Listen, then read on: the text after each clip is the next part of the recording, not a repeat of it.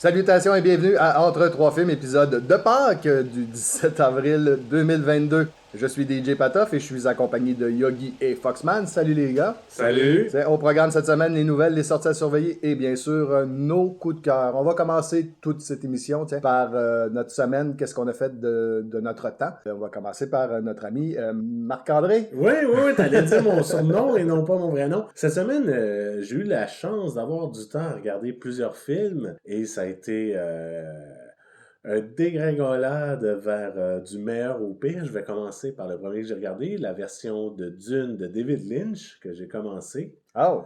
J'ai commencé fort. Ouais, t'as commencé assez fort, merci. Ouais. Ensuite, j'ai regardé un vieux film français qui s'appelle Banzai, une comédie des années 80 de Claude Zidi qui est... je l'ai dit, je vais de pire en pire. Non, mais c'était correct. C'est aussi bon que Dune pour moi. Là.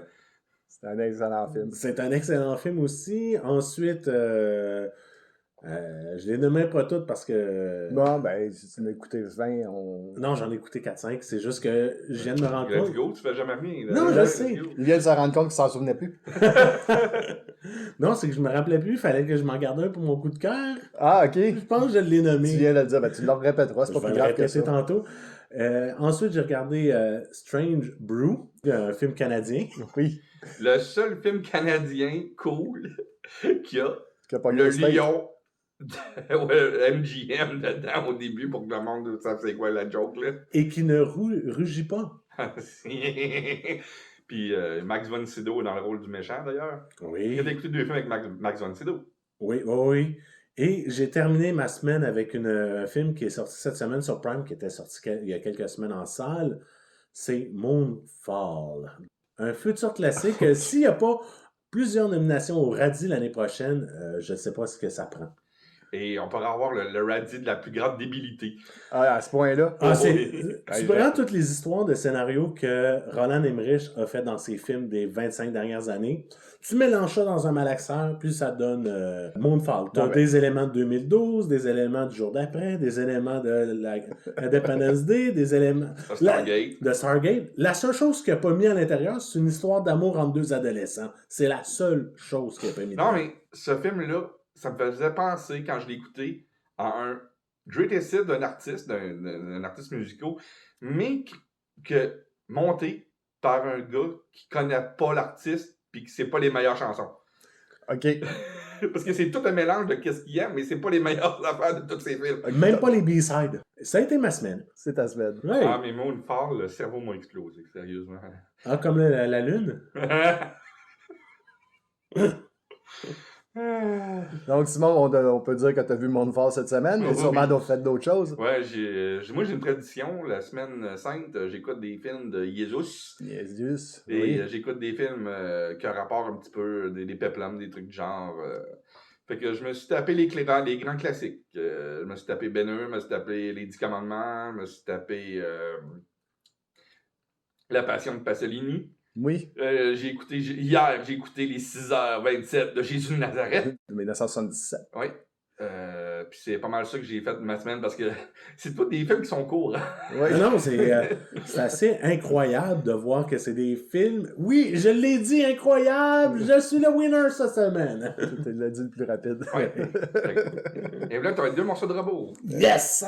Dans mon cas, moi, j'ai continué ma récupération, dans le fond, parce que je suis tellement en retard de Gotham. J'ai écouté la 3e saison. D'ailleurs, quand vous êtes arrivé au studio, j'étais en train de finir le dernier épisode de la 3e saison.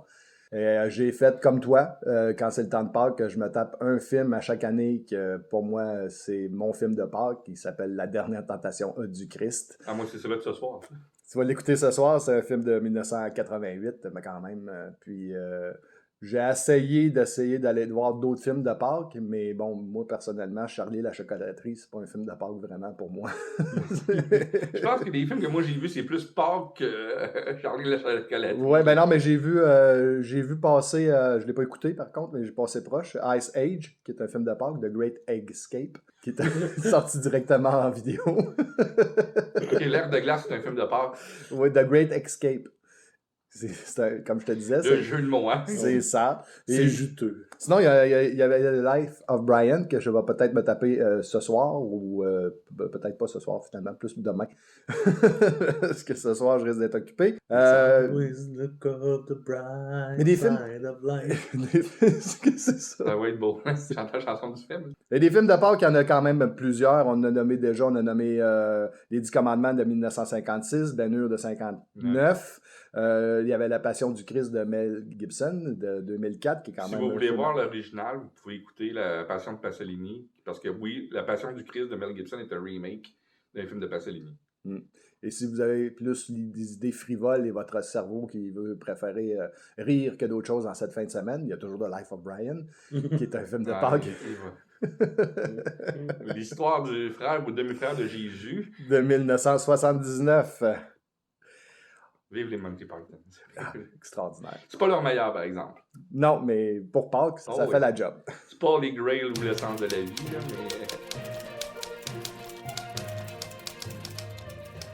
C'est maintenant l'heure des nouvelles et on va commencer ça avec des nouvelles sur le Festival de Cannes qui se tiendra du 17 au 28 mai et qui engendre en soi leur propre lot de nouvelles parallèles. Oui, beaucoup de nouvelles. Puis c'est le Festival de Cannes le plus intéressant, je trouve, le programme. C'est le plus intéressant depuis les 15-20 dernières années.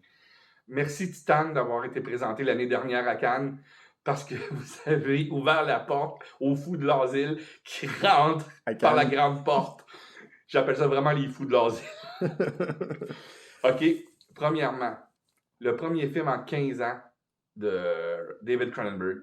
Pas 15 ans, c'est 2012. 2014, son dernier. C'est pas 15 ans. Ça fait 8 ans. 8 ans. Ça, excusez-moi pour l'erreur. Moi, c'est quand même long. Ça, c'est 2014, le dernier film de David Cronenberg. Il revient avec un film qui s'appelle Crime of the Future, qui est un scénario que tout le monde dans le milieu du cinéma a lu. Parce que c'est un film qu'il a écrit dans les années 1970. Qui d'ailleurs, le monde va dire, il est déjà sorti, Crime of the Future. Oui, il a déjà réalisé une version en 1970, mais c'est juste le titre qu'il a en commun avec le film qu'on va voir. OK, il avait commencé quelque chose. C'est un film, comme THX 1138, un peu de George Lucas, c'est un film scolaire qui avait fait Crime of the Future, mais il a repris le titre pour... c'est un titre qu'il avait gardé en mémoire probablement. Mais c'est un bon titre. Moi, personnellement, j'ai déjà lu le scénario il y a une vingtaine d'années. Et c'est juste fou. Ben oui. C'est un film malade mental. Ouais, Cronenberg, ça rime pas mal. Ça parle de flesh art. C'est le sujet du film. Il y a Guy qui me regarde et il fait ça rime pas. Non. Ça rime pas partout. Qu'est-ce que t'as dit encore? Ça parle de flesh art. Oui. C'est du monde, juste pour vous dire un peu, le concept du film, c'est on emmène du monde sur stage, on les rouvre, on prend leurs organes, on montre les organes au public, on les shape en forme d'art et on les remet dans le corps de la personne et on rezippe. OK. Puis la personne est toujours vivante. Oui. Donc elle fonctionne peut-être moins bien, par exemple. Non, mais c'est dans le futur. Puis... Qu'est-ce que je me rappelle, parce que ça fait une vingtaine d'années que j'ai lu le scénario, c'est l'histoire d'un flic qui est comme en sous-marin puis qui a pour mission de rentrer dans le cercle de ces artistes-là. OK, donc il est en infiltration. Oui. Oh. Et je pense qu'il y a des acteurs connus puis des acteurs qui ont déjà travaillé avec Cronenberg dans le projet. Là. Oui, le rôle principal est joué par Viggo Mortensen. T'as Kristen Stewart qui joue dans le film d'ailleurs. La fille de Twilight, là. Ouais. J'espère que son film de science-fiction va être meilleur que celui de Robert Pattinson, tandis que ça, c'est une autre histoire. Puis t'as Léa Seydoux qui va jouer dans le film. Oh, j'aime bien Léa. Ah, tout le monde aime Léa Seydoux. Ensuite de ça, on a un autre fou allié. Oui, tout à fait. David Lynch a un film secret qui s'est enregistré en compétition officielle. C'est une des... Je pense que pour moi, ça se peut que ça ait déjà arrivé, mais pour ma part, c'est la première fois que Cannes accepte un film qu'ils n'ont pas visionné avant de le projeter. Il n'y a personne qui a vu le film. Il n'y a personne qui n'a rien vu. Il est tellement secret que sur tous les sites qu'on voit pour voir les projets des réalisateurs, tout ça, il n'est même pas mentionné. Ouais, c'est David Lynch. Mais moi, ça ne me surprend pas de David Lynch. Puis de toute manière, si tu enregistres un film, c'est un film. Ouais, c'est ça. Tu niaises pas avec ça. ça. Tu ne payes pas les droits d'inscription et tout ça quand tu n'as pas de film. Il n'y a pas un distributeur qui ferait ça pour le fun. Ça coûte des millions et des millions pour s'inscrire. Ou être choisi dépendant des Mais c'est David Lynch. Mais ça me surprend pas. Il a déjà fait des films qu'on s'est aperçu qu'il avait fait des années plus tard. Ah, bizarre, il est plus secret que Marvel peut l'être, il est plus secret que Star Wars. S'ils veulent pas qu'il y ait de leak, engagez David Lynch. David Lynch, il va s'occuper qu'il n'y ait pas de leak. Le film risque d'être un peu bizarre. Tourner avec son téléphone cellulaire dans son c'est sol. arrivé une fois. Là. Non, mais ça donne un peu le style du réalisateur qu'il est capable de faire un film qui a duré combien de temps? 3 heures? 3 heures sur un iPhone. Sur un iPhone? Et c'est pas écoutable. Hein? Il y a une meilleure batterie que moi. Non, mais c'est un... Inland Empire, on parle du film Inland Empire de David Lynch, c'est juste trop bizarre. Ouais. C'est pour le monde qui connaît David Lynch, ça ressemble un peu à Eraserhead ou des films de même. C'est très fucké. Il y a une scène de 10 minutes où on voit des lapins forniquer. On est loin d'une histoire vraie. Là. C'est des années-lumière. Ensuite de ça, on a la grande première mondiale de Top Gun Maverick qui va avoir lieu à Cannes. Ça, il y a toujours un gros film américain qui se pointe là pour faire une affaire en hors sélection. Mais c'est quand même bizarre à Cannes d'avoir un film comme Top Gun. Ben, on a déjà eu Star Wars Revenge of the Sith qui a eu sa grande première à Cannes aussi. Ouais, mais c'était Star Wars, ça je comprends plus. Mais Top Gun. Mais Top Gun, c'est quand même. Ça a une mythique en l'entour de ça. Et il y a un autre réalisateur qui est capable d'être aussi fucké que les deux autres. Mm-hmm. Qui, pour le monde qui nous écoute en Europe, bizarre, pas fucké, mais bizarre. George Miller. Oui. Le réalisateur des Mad Max, entre autres, sort un film à Cannes. Je sais pas le titre. J'ai essayé de trouver le titre, je l'ai pas trouvé non plus. Peut-être que le titre n'est pas encore fixé. Des fois, ça arrive pour ce genre de film-là. La seule chose à savoir, c'est-tu le George Miller qui a réalisé Happy Feet puis Babe? Ou c'est le George Miller qui a fait Mad Max? Ouais. Parce qu'il y a deux George Miller. C'est le même gars, mais il y a vraiment deux styles diamétralement opposés. On pourrait tirer une pièce de monnaie pour savoir, puis c'est un pile ou face. C'est un pile ou face. Mais il est toujours bon dans son style. Qu'il fasse des films pour enfants ou des films ultra adultes, ultra violents. C'est un peu comme Robert Rodriguez qui fait la même chose avec les Spy Kids puis les films de Desperado. C'est la même chose, sauf que... il y en a un qui fait des films post-apocalyptiques puis qui fait des films pour enfants. Du côté de Netflix, qui ont publié, eux autres, le trailer de la 4e saison de Stranger Things. Oui, et c'est un des beaux trailers que j'ai vu cette année. Toute catégorie, là, c'est... J'approuve. Et si vous aimez Journey, vous allez aimer le trailer. Il y a une scène dans le trailer où on voit un guitariste faire un solo de guitare sur un genre de building détruit dans un monde post-apocalyptique. Ça doit être dans le monde parallèle. Il ressemble un peu à Brian May, d'ailleurs. Oh, oui. Ça doit être dans le monde parallèle quand on va dans le... Est-ce que c'est juste 4e saison? Oui, c'est une 4e saison. Avec une possibilité d'une 5e? Je pense que c'est la dernière. Non, il avait confirmé la 5e. On en avait parlé il y a quelques semaines. Excusez-moi, j'avais carrément oublié. Pour vous dire, j'ai pas écouté Stranger Things depuis le milieu de la 2e saison parce que j'avais décroché. Fait que toi aussi, tu vas avoir du rattrapage à faire. Ouais. Il y a Kiefer Sutherland qui, semblerait-il, n'a pas aucune objection à voir réapparaître son personnage de Jack Bauer. Oui, il est prêt à torturer du monde encore une fois. Ah, c'est en dedans de lui, il aime ça. Non, mais c'est ça, Jack Bauer. Je vais t'interroger, puis la séquence va être vraiment hard. Oui, il a dit que pour lui, l'arc de storytelling de Jack Bauer n'était pas complété. Il y avait quelque chose à faire pour compléter l'arc de l'histoire du personnage.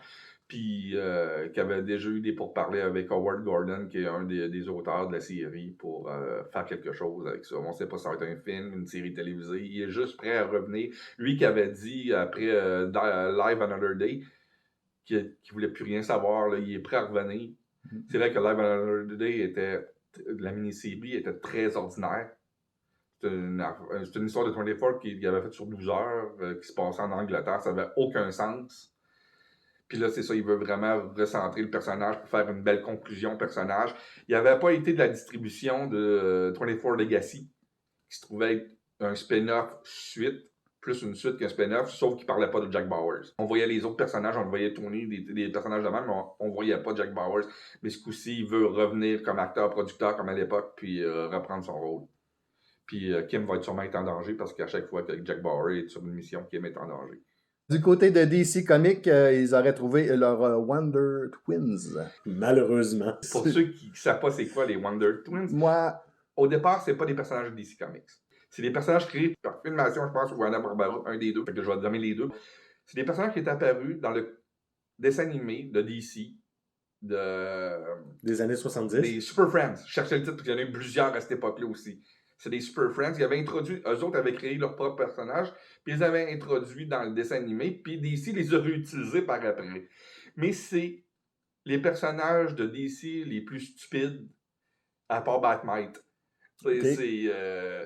C'est comme des extraterrestres mutants. Il y en a un qui est capable de se shape-shifter. Je sais pas comment on dit ça. Changer de forme. Shape-shifting en français. Là. Métamorphe. Terminator 2. C'est un métamorphe. Ouais. Métamorphe. Mais il se transforme en eau. Ah, ouais, il est bon en français. En eau.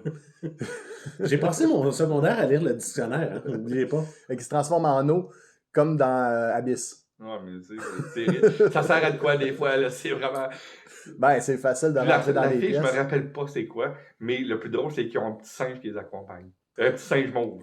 Moi qui lis du comic, qui lis du DC, j'essaie d'éviter le plus possible d'avoir des numéros avec ces deux personnages-là. C'était pas dans The Flash qu'ils ont fait allusion à ces personnages-là, ou dans Smallville? C'est dans The Flash, quand ils ont terminé le Crisis... tu vois juste le singe avec le nom des personnages à côté. Mais je pense qu'il est apparu dans Smallville aussi, mais qui n'était pas farfelu, c'était vraiment basic. Hey, j'ai tellement regardé Smallville il y a longtemps que je pourrais pas te confirmer ça. Moi aussi, ça fait un méchant bout, j'ai pas vu. En tout cas, c'est un des rares films de DC que je pense pas voir. Que je déteste les personnages-là. Le rôle puisque c'est un gars et une fille, les deux jumeaux, va être joué par Kiji Appa, le gars qui fait Archie dans Riverdale. Et l'actrice s'appelle Isabelle May. Tous ses crédits, c'est des sitcoms ou des trucs du genre, elle n'a jamais rien fait de tangible. Ouais. Ça se pourrait-tu que le fait que James Gunn soit allé vers DC... puis qu'il a sûrement fait le catalogue des personnages, puis regardé les personnages. Un peu comme le projet des Suicide Squad, probablement. C'est ça, il a pensé proche, puis il a dit on pourrait les introduire dans un autre. Oui, mais c'était trop pour enfants, parce que c'était des personnages de dessin animé ou à base. Fait que c'était peut-être trop pour enfants, les Suicide Squad, mais c'était aussi débile que Power Man, en effet. Il y a aussi HBO Max qui va y aller avec sa série DC. Oui, Dead Boy Detective. Qui est une série d'horreur. Oui, qu'on a pu voir dans Doom Patrol.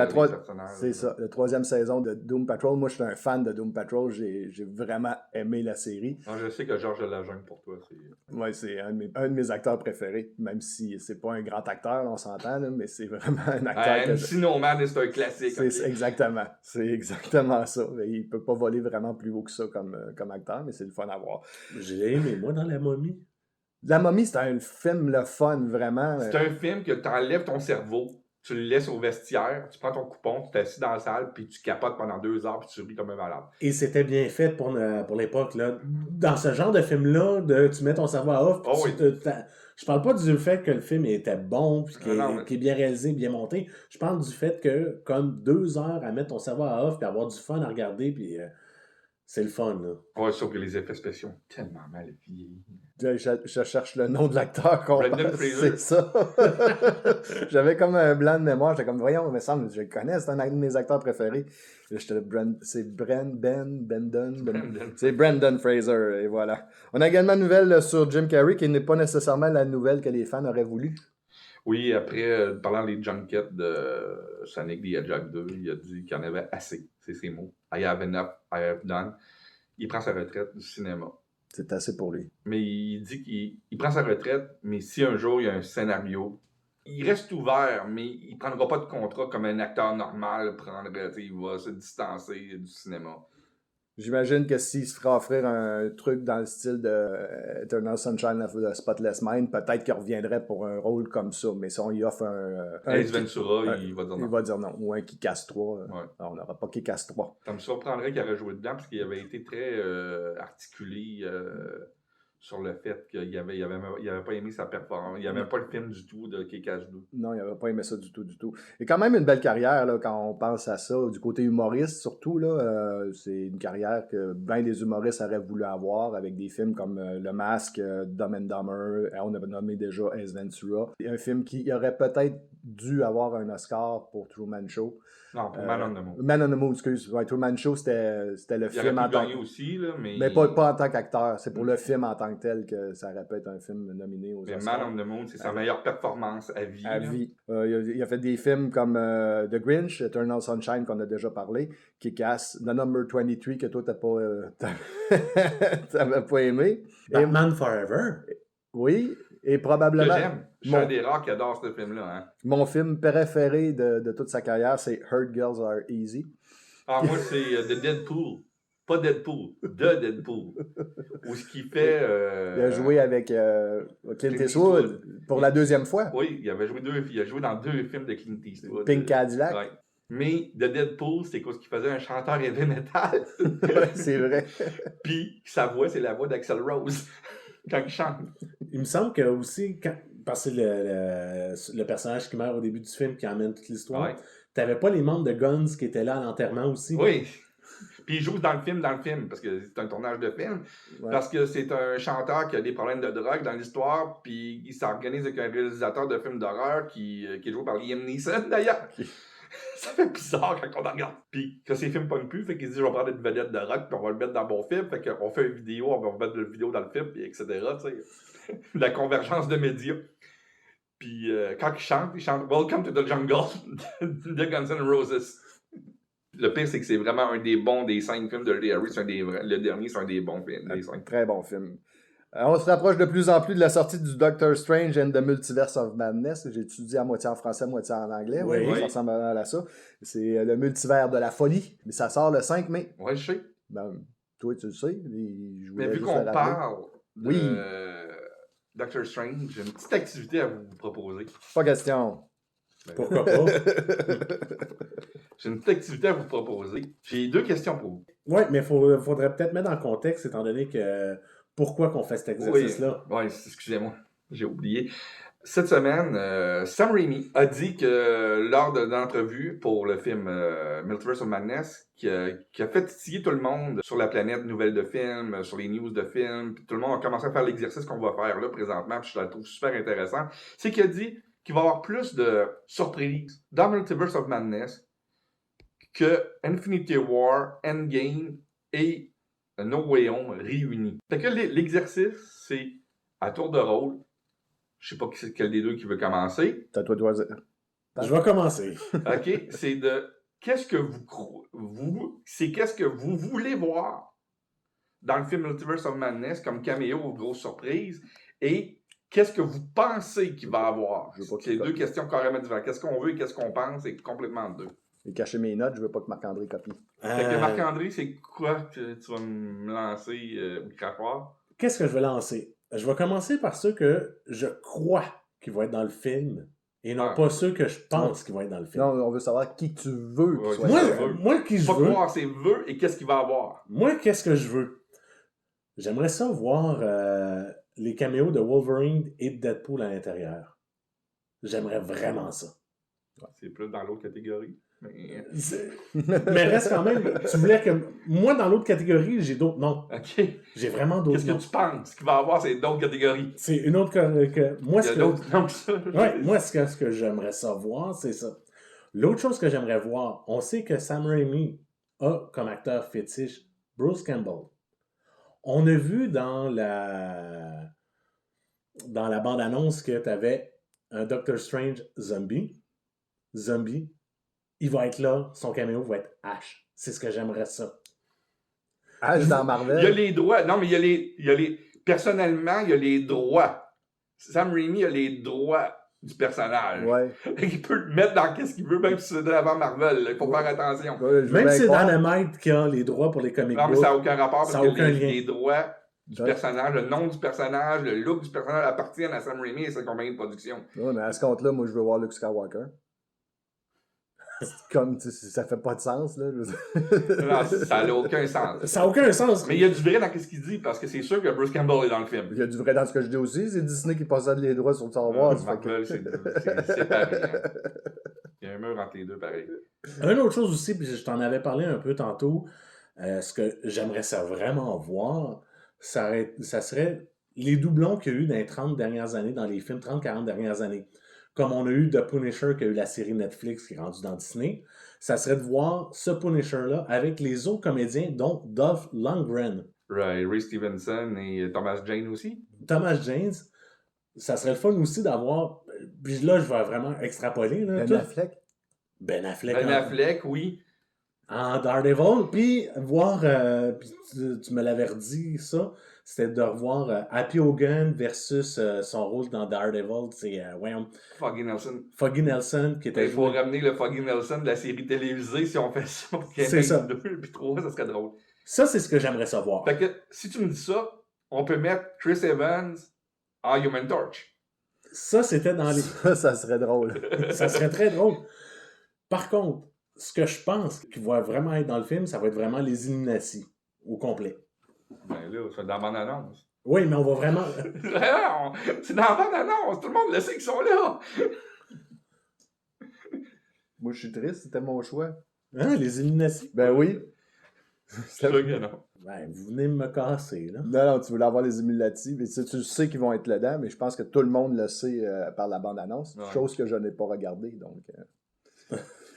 Fait que moi, comme d'habitude, je ferme mes yeux quand les bandes-annonces passent avant un film. Parce qu'on voyait juste l'ombre, sauf de Xavier. On voit toutes les chaises dans l'autre plan de caméra. Comment? Ah Ah ah!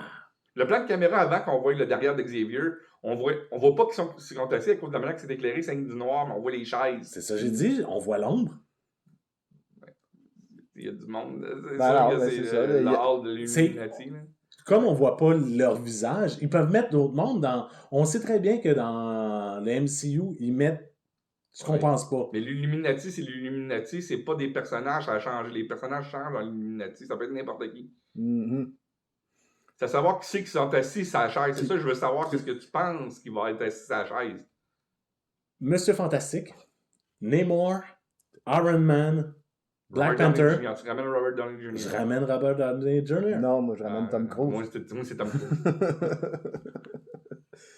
Puis, Professeur Xavier. Puis qu'on avait entendu, Fait que t'as pas mal tes Illuminati. Là. Ouais. c'est ça. T'as pas mal les miens aussi. Puis sûrement que Mordo d'une autre dimension va être dans l'Illuminati.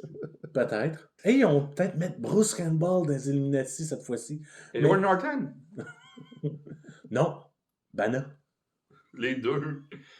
C'est le multiverse of madness, les deux. Mais Banner, il y a un problème. C'est que c'est... Non, c'est pas Banner. C'est Norton qui a un problème parce que c'est le... Mark Ruffalo puis Norton, c'est le même personnage. C'est le même personnage. Ils Mais ont dans... juste changé l'acteur. C'est pas une autre dimension, ils ont juste changé l'acteur. C'est ça. Mais c'est pas grave. C'est pas avoir deux Donc, acteurs dépendants. C'est le même personnage, mais avec deux acteurs dépendants de la dimension. Comme Terrence Howard puis Don Cheadle, qui sont exactement le même personnage. Ça fait partie de la liste de ceux que je crois qu'il ne sera pas là. Donc, d'ailleurs, il y a déjà sa série télévisée qui s'en vient, lui. Fait que je vais passer au prochain. Ben oui, mais moi j'avais mon personnage que j'espérais bien gros, c'était Mr. Fantastic, que j'espérais qu'il soit assis sur une chaise des Illuminati. Quel acteur tu veux? John Krasinski ou La première version, celle de celle-là de... Voyons comment il s'appelle l'acteur, Caroline. Yann Gruffudd? C'est ça. Moi, j'aurais aimé mieux Alex Sidewhite, qui l'avait joué en 90, là, dans le film de Corman, le film qui n'existe pas. Ah, ok, non, oui, c'est vrai. Attends, moi, dans celui-là, je pourrais m'en passer, effectivement. Non, mais j'adore ce film-là, c'est pourri. Mais oui, on l'a vu.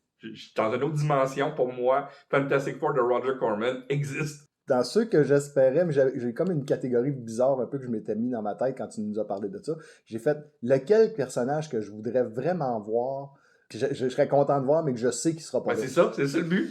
T'as compris l'exercice? Fait que moi, j'avais pensé à Captain Ultra, a.k.a. Griffin Gogol, juste à cause de son uniforme.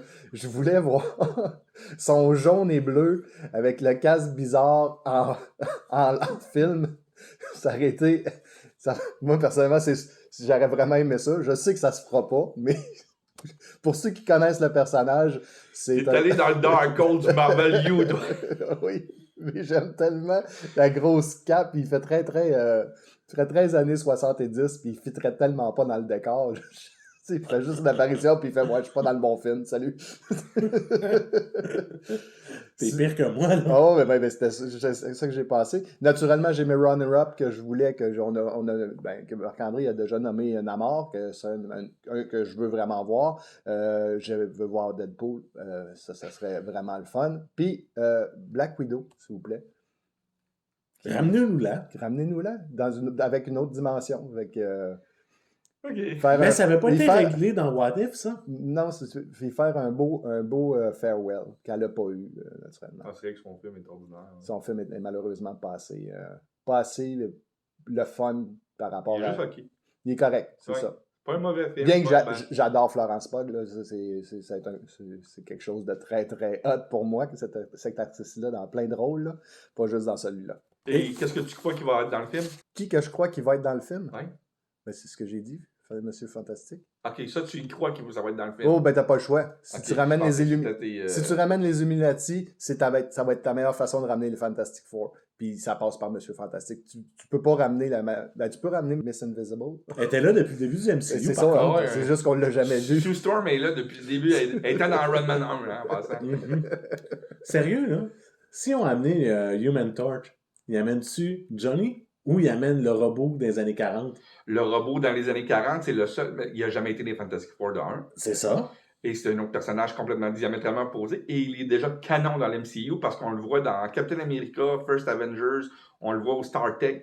Il est dans un des tubes, on voit le Human Torch original. Mais il n'est pas allumé. Non, mais on voit vraiment, c'est marqué Human Torch, qui est déjà canon au niveau MCU. Et puis toi, c'était qui tes dons? OK, moi, qu'est-ce que je crois? Qu'est-ce que j'aimerais... Merci Marc-André, parce que je savais pas ce que je m'en allais. Là. Qu'est-ce que j'aimerais qu'il soit dans le film? Les Fantastic Four de Corman. Moi, je veux vraiment les acteurs de Corman. Blair Underwood, Alex Sidewide, Rebecca Stab. Je veux cette gang de morons là. Juste pour dire, on vous accepte. Oui, tant qu'à ça, on ramène Thor de Hulk. Tu sais, Lou Ferrigno, maquillez-le! Ben oui, vous l'avez, il est disponible, il est encore en forme. Non, mais maquillez-le, tu sais. Ça serait cute. Ah oui. Ça, c'est vraiment le plus que j'aimerais voir, là, parce que j'ai tout le temps aimé les Fantastic Four, puis c'est la first family de Marvel, puis on les a jamais vus dans l'MCU. C'est vrai qu'ils ont les droits depuis pas très longtemps, mais ça serait très le fun. C'est sûr que Namor, c'est un gros manquement aussi. Qu'est-ce que j'aimerais le plus voir? C'est Howard the Duck et son... C'est ça la hic. Laquelle version? Le vrai Howard the Duck qui est plus chez Marvel. Je me rappelle pas c'est quoi la compagnie de comics. Je pense que c'était Image. En tout cas, il avait fait un crossover entre deux séries de comics. Une qui était sur un comic book indépendant, mais je me rappelle plus c'était quelle compagnie. C'était Steve Gerber qui écrivait ce comic-là à l'époque. Puis Marvel, puis cette compagnie-là ont fait un crossover. Mais Steve Gerber a jamais aimé qu'est-ce qu'ils ont fait avec Howard the Duck après qu'il a quitté Marvel, parce que c'est lui le créateur. Ben, il est décédé aujourd'hui, mais c'était lui le créateur de Howard the Duck. Puis, à travers un comic, lui, il avait fait un clone d'Howard the Duck dans sa nouvelle série. Fait que, dans le crossover, il a pris l'Howard the Duck, il l'a emmené dans son monde, il a mis son Howard the Duck, qui avait le clone d'Howard the Duck, et il l'a foutu dans Marvel. Quand on lit les Marvel Comics aujourd'hui, c'est plus Marvel, c'est plus Howard the Duck. C'est un clone. Non, c'était un autre. C'est une copie. C'est ça. Mais ça serait pas celui du film que tu voudrais voir. Oui, je veux voir celui de 1986. Mais je veux voir le Howard the Duck en animatronique, pas celui qui est joué par Seth Green dans les films des Guardians of the Galaxy. Là. Je veux vraiment voir le Howard the Duck, puis ramenez-nous Léa Thompson dans le rôle de Beverly. Ben là, ça serait pas mal de CGI, je pense. Ben, elle joue dans Star Trek Picard. Ouais, mais pour qu'on le reconnaisse en tant que... Ouais, ça ressemble plus. C'est ça. J'ai de la misère à la reconnaître. Qu'est-ce que je crois qu'il va y avoir dans le film? Oui. Je crois qu'on va avoir Tony Stark, joué par Tom Cruise. Oh. Et ça, j'aimerais vraiment ça. Je prévois qu'il va avoir le favori de tout le monde pour jouer Mr. Fantastic, John Krasinski, qui est dans le haut de la liste de tout le monde. Puis il y a des pétitions sur l'Internet depuis des années pour John Krasinski. Je sais pas pourquoi, mais depuis qu'il a fait le... Parce que lui, c'était supposé d'être Captain America au départ. John Krasinski était le deuxième en haut de la liste avec Chris Evans pour jouer Captain America, mais ils l'ont donné à Chris Evans. Puis depuis ce temps-là, ils disent tout, Mr. Fantastic, tout le monde sur l'Internet veulent avoir John Krasinski sur... dans Marvel. Dans ce rôle-là, d'ailleurs. Je trouve qu'il n'y a pas vraiment le visage, mais je trouve que c'est un acteur qui est cool. Puis j'adore John Krasinski. Fait que oui, j'aimerais ça le voir. Je prévois qu'il va y avoir Namor, mais pas le Namor qu'on va avoir dans l'MCU. Ah, OK. Un autre Namor. Puis je vais vous expliquer mon pourquoi. Je crois que l'Illuminati va y passer dans le film. Je crois que Scarlet Witch va tuer l'Illuminati. Puis que c'est pour ça que ça va tout être des variants des personnages. Le pourquoi qu'on voit le TVA. Entre autres. Mais n'oubliez pas, le TVA n'a aucun rapport avec le multivers. Il y a un rapport avec le temps. Mm-hmm. Puis ça, c'est du multiverse. C'est pas du tout le même concept. Ah non, ça, le voyage dans le temps et le multivers, c'est deux concepts. Mais le TVA n'a pas d'affaire à aller là. C'est du multiverse. Est-ce que ça pourrait nous amener aussi, là je repense ça, là, au Living Tribunal? Ça serait capoté. Ça serait vraiment capoté. C'est ça là que tu aurais dû dire comme groupe que tu voulais voir tantôt. C'est pas un groupe. Non, mais l'Illuminati va être très importante dans le film, mais parce que il y a une nouvelle bande-annonce qu'on voit Scarlet Witch. Malheureusement, il n'aurait pas dû mettre ça dans la bande-annonce. Il y a une de clown. On voit Scarlet Witch ensanglantée dans la salle d'Illuminati. C'est pour ça que cette affaire-là m'est venue à popper. On va vous amener plein de personnages. On va tous les tuer. Puis après ça, on va pouvoir les recaster avec d'autres acteurs. Puis là, vous allez avoir les acteurs que vous vouliez, comme John Krasinski va faire son apparition, Tom Cruise va faire son apparition. Tout le monde va avoir qu'est-ce qu'ils veulent. Mais on va pouvoir recommencer sur une page blanche après. Puis je trouve que c'est idéal. Ça, c'est du génie, Kevin Feige. Faut le dire, c'est un génie, le gars. Là. Depuis 2008, il a produit quasiment les plus grands films au box-office. Ce gars-là peut être... Ça trompe pas beaucoup. Ben, au niveau box-office, il s'est trompé une fois. Sur Eternals, qui n'a pas fait l'argent qu'il aurait dû faire. C'est le seul bémol de sa carrière. Ouais, ben il faut, comment on appelle ça, c'est l'exception qui confirme la règle. C'est exactement ça. Ils sont rendus à 26, 27 films. Ouais, si t'en as un comme ça qui n'a pas fonctionné, 1 sur 26. Mais c'était trop un high concept pour Monsieur Tout-le-Monde aussi. Moi, j'ai pas détesté. Moi non plus. C'est pas ça que je veux dire. C'est que je parle pour la masse. Ouais. C'est un concept qui est cosmique, qui est planant, c'est pas du tout un film de Marvel habituel. Non, c'est ça. C'est pas ce qu'on était habitué dans les dernières années par cette compagnie. Parce que Marvel, il y a une recette. Les films se ressemblent tous. Oui. Puis là, c'est ça qu'on veut voir aussi. Ils ont sorti du moule un peu avec Eternals. On aura juste à attendre au 5 mai pour voir si nos prédictions ou nos désirs seront réalisés. Et un autre vœu. J'espère que c'est qu'est-ce que je veux, puis j'espère que c'est qu'est-ce qu'il va y avoir dedans. Un end credit scene avec Deadpool. Ah, ok, ça serait là ton Deadpool, toi. Tu peux pas faire Deadpool dans le film parce qu'il brise trop le fourth wall. T'as raison. Mais en end credit scene, genre, ils ont tué encore Patrick Stewart! C'est bon, c'est bon. En end credit scene, ça fait plus de sens, effectivement. Ben ça, je le mettrais voir, parce qu'on est, si comme j'ai dit, l'Illuminati meurt, de le voir arriver dans la salle de l'Illuminati, il voit le cadavre de Patrick Stewart ou quelque chose, mais il fait merde, Fox l'ont tué, Disney l'ont tué, tout le monde tue Patrick Stewart. C'est très bon. Du côté des sorties de la semaine, Yogi, il y a le Animaux Fantastiques, le secret de Dumbledore qui est sorti cette semaine. Oh oui. Il y a un film de... C'est pas une série qui est aussi populaire que Harry Potter. C'est surprenant. Je comprends pas. Peut-être à cause qu'il n'y a pas leurs acteurs préférés, mais les Potterheads, comme ils se font appeler, ne trippent pas sur Fantastic Beasts nécessairement. Puis le premier était quand même bien. L'histoire était pas bonne, mais le world building est exceptionnel dans les films de Fantastic Beasts. Tu sais, les décors, comment qu'on voit le New York des années 20, ces trucs-là, moi, je trouve ça super beau. Puis je comprends pas pourquoi que ça pogne pas, mais malheureusement, ça pogne pas. Puis ce film-là va encore moins pogner à cause d'Ezra Miller qui est dedans. Puis ça a apparu lors du premier jeudi. Il y a Jean-Jacques Hano qui a sorti un autre film en fin de semaine, qui est Notre-Dame brûle, qui raconte un peu l'histoire du feu qu'il y a eu à Notre-Dame de Paris. Non, c'est une fiction. Basé sur un fait réel. Basé sur un fait réel. Ouais, ils ont fait ça avec notre 911. Fait que... C'est comme le film d'Oliver Stone pour le World Trade Center. 9/11, ouais.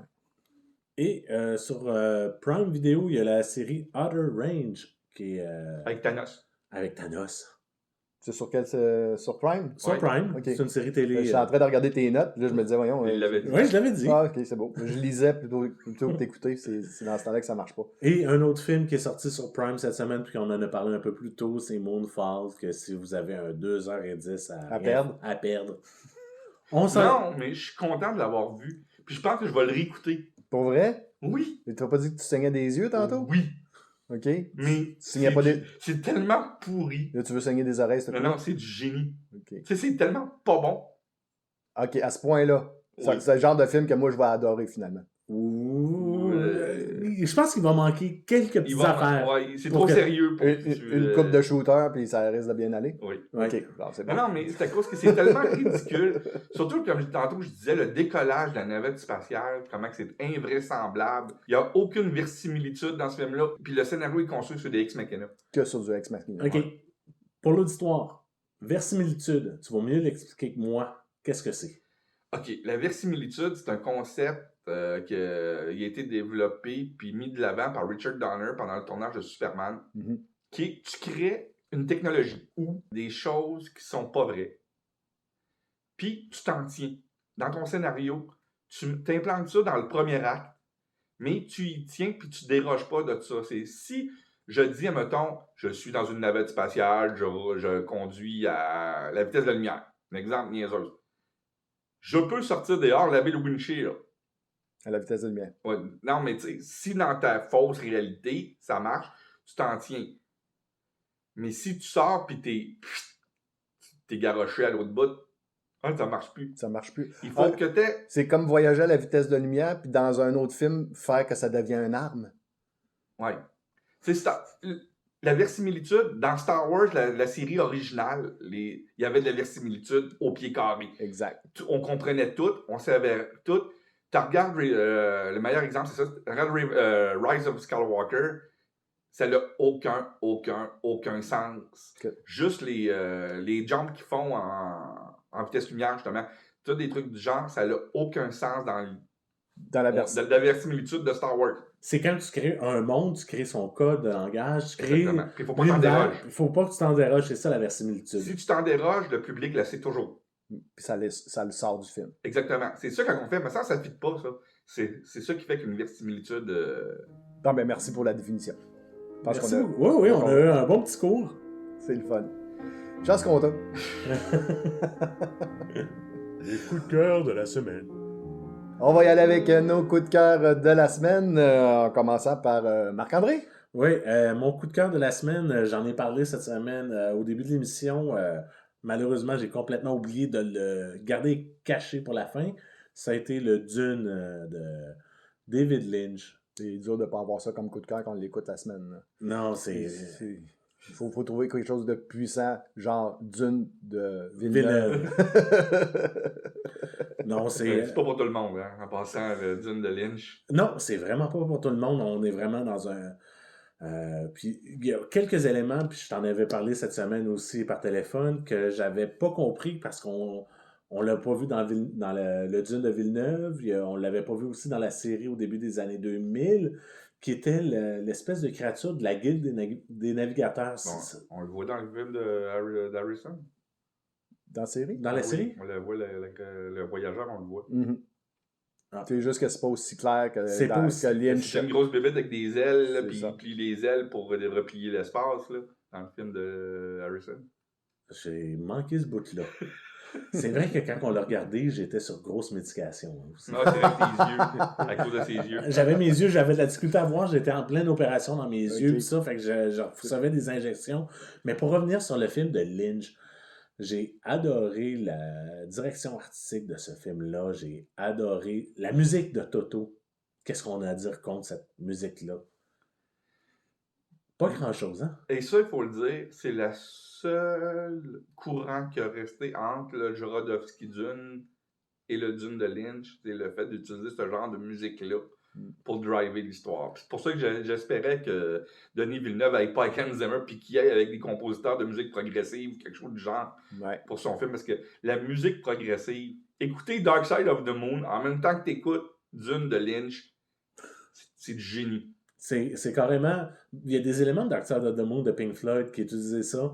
Je pense que l'album que Magma a fait après la sortie de... Dark Side of the Moon, il y a plusieurs pièces que c'est du Jodorowsky Dune. Oui. Puis t'avais Magma qui était dans le projet aussi. Oui. T'avais qui d'autre aussi? Tangerine Dream? Non, pas Tangerine Dream. T'avais c'était 3... C'était-tu 3 ou 4 groupes de musique? Il y avait 4 groupes. Mais je me rappelle juste de Magma puis de Pink Floyd. Les autres, C'était des groupes moins connus, très moins connus. très obscurs. Ouais. Mais non, pour C'était revenir... toute de la musique fuckée. c'est quand on connaît l'univers de Magma, qui ont créé leur propre langage dans une espèce de jazz fusion tribal. C'est pas pour tout le monde. Non, c'est bon, par exemple. J'ai l'impression d'avoir fumé un joint. Juste à t'écouter parler. Jodorowsky Dude, il aurait fallu que la SQDC, par la première SQDC, si. Non, le joint aurait pas été assez fort, ça aurait été des affaires illégales que ça aurait pris. Et ça, on n'en parle pas parce que c'est illégal. De ton côté, Simon, ton coup de cœur? Moi, c'est une série de documentaires. Ah, OK. C'est... je sais pas si vous vous rappeliez, après 20 à 30 ans, on a eu des séries comme Baseball ou Gettysburg ou des séries de documentaires. Oui. Comme Baseball, il expliquait l'histoire du baseball du début, puis chaque épisode était une période, un X temps. Chaque épisode était de même. J'ai vu la même chose, mais sur Star Trek. Ça existe, ça? Oui. Caroline, tu m'en as pas parlé? Je viens de le découvrir cette semaine. Ça s'appelle Center Seat. OK. 55 Years of Star Trek. 55 Years of Star Trek.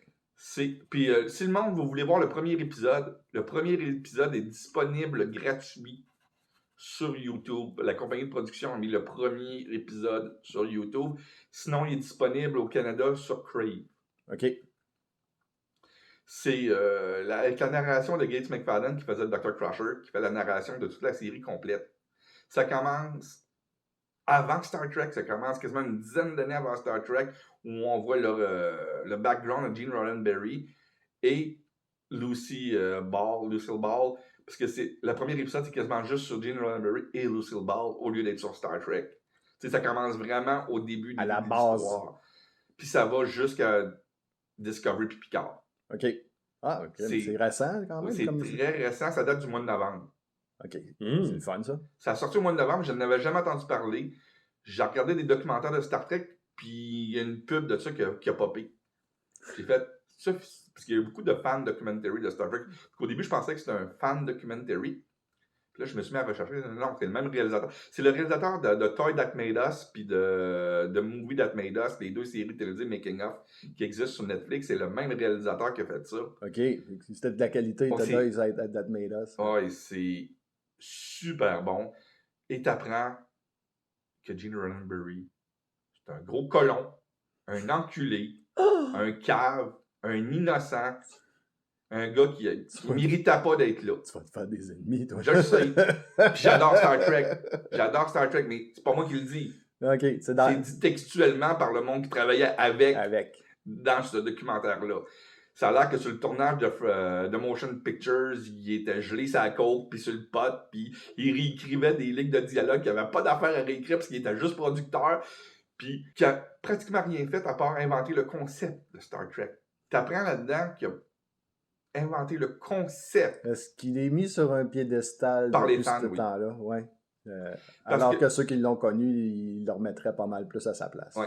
Parce que la manière qu'il parle là-dedans, c'était oui, j'ai l'idée du vaisseau spatial avec l'équipage, puis c'est un ratio Hornblower dans l'espace. OK. Il donnait ça. Il développait les personnages avec les autres auteurs de la série. Après ça, les autres auteurs allaient écrire des scénarios. Il écrivait 4-5 lignes de dialogue, il mettait son nom sur le scénario. Puis le monde, c'est Gene Roddenberry, c'est lui qui l'a écrit. C'est de même qui marchait, Gene Roddenberry. Bon. Ben, c'est ce qu'on c'est pas juste ça. Mais remettre quelqu'un à sa place. Tout l'épisode sur les films. Il y a un épisode qui parle juste des films. Toutes les anecdotes que tu entends là-dedans, c'est juste fou. Moi, j'ai vraiment adoré. Tu apprends vraiment des belles choses. Et là, j'ai parlé de Gene Roddenberry, parce que c'est ça qui m'a frappé dans la chose, comment il frappait sur le créateur un grand coup de batte de baseball. Parce que oui, il frappe dessus à grand coup de batte de baseball, mais il n'y a pas juste ça. Tu as les belles histoires qu'à travers ça. Puis je conseille cette série-là, elle a 10 épisodes. Puis de la manière que ça finit, je pense qu'il va en avoir d'autres. Là. OK. Center Seat, 55 Years of Star Trek sur Crave. C'est ce que je vais aller voir cette semaine. Dans mon cas, mon coup de cœur, c'est un film que j'écoute pratiquement à chaque année. Puis à chaque année, je redécouvre ce film-là, The Last Temptation of the Christ de Martin Scorsese, avec la trame sonore de Peter Gabriel. C'est un vidéoclip. C'est pas compliqué, c'est vraiment un vidéoclip. C'est un film que j'ai avec des acteurs que j'adore déjà en partant, avec William Dafoe et Harvey Keitel, Barbara Hershey, qui est très, très plaisante dans ce film-là aussi. Donc, c'est un film qui date de 88. Aussi? David Bowie aussi. Fait Ponce Pilate. Ponce Pilate. Il se lave les mains. Il se lave les mains. Il s'en lave les mains. Hey, il était avant-gardiste parce qu'à cette heure, depuis 2019, c'est ce qu'on fait tous. On se lave les mains. Donc, Ponce Pilate a survécu au COVID. Sans commentaire. En espérant que vous avez apprécié et que vous serez de retour pour le prochain épisode, vous pouvez nous suivre sur Balado Québec, Spotify, iTunes, Google Balado, Facebook et YouTube.